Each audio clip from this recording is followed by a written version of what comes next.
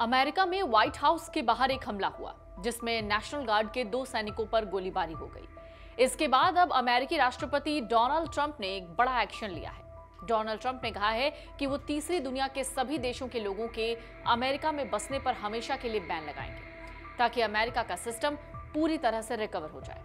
हालांकि ट्रंप के इस कदम के बड़े वैश्विक प्रभाव होंगे। लाखों लोग प्रभावित होंगे जो नौकरियों, शिक्षा और अपने देश में उत्पीड़न से बचने के लिए अमेरिका जाते हैं। राष्ट्रपति डोनाल्ड ट्रंप ने यह कहा है कि 19 देशों से आने वाले सभी लोगों के ग्रीन कार्ड की दोबारा गहन जांच होगी। यह आदेश सीधे तौर पर उन सुरक्षा चिंताओं के बाद आया है जो व्हाइट हाउस से कुछ कदम दूर हुई फायरिंग के बाद और बढ़ गई हैं। अमेरिकी नागरिकता और इमिग्रेशन सेवा USCIS के निदेशक जो एडलो कहते हैं कि राष्ट्रपति के निर्देश पर यह जांच पूरी तरह कठोर और फुल स्केल होगी।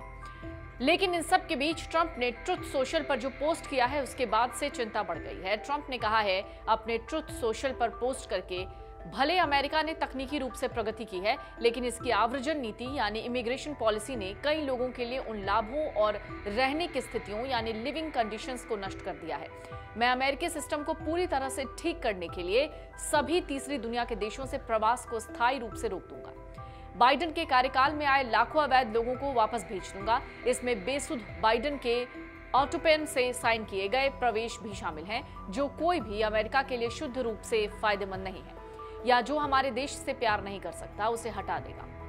जो हमारे देश का नागरिक नहीं है उसके लिए सभी संघीय लाभ और सब्सिडी को समाप्त कर देंगे। देश के भीतर शांति को कमजोर करने वाले प्रवासियों को अप्राकृतिक यानी नागरिकता छीन लेंगे और उस हर विदेशी नागरिक को निर्वासित कर देंगे जिस पर सार्वजनिक रूप से आरोप लगे हैं, जो सुरक्षा जोखिम है या जो पश्चिमी सभ्यता के साथ तालमेल नहीं बैठा पाता। इन लक्ष्यों को अवैध और विघटनकारी आबादी में बड़ी कमी लाने के मकसद से आगे बढ़ाया जाएगा। इसमें अनाधिकृत और अवैध ऑटोपेन से साइन करके अमेरिका लाए गए लोग भी शामिल हैं। केवल रिवर्स माइग्रेशन ही स्थिति को पूरी तरह से ठीक कर सकता है। इसके अलावा उन सभी को धन्यवाद जो नफरत करते हैं, चोरी करते हैं, हत्या करते हैं और उन सभी चीजों को नष्ट कर देते हैं जिनके लिए अमेरिका खड़ा है। आप लंबे समय तक यहाँ नहीं रहेंगे। अब ट्रंप के इस पोस्ट के बाद सवाल यह है कि क्या भारत के लोगों पर भी इस फैसले का असर होगा? तो इसका जवाब है नहीं। एक रिपोर्ट कहती है जिन 19 देशों को कंट्रीज ऑफ कंसर्न की सूची में रखा गया है उन्हें ट्रंप प्रशासन ने जून में ही चिन्हित कर लिया था।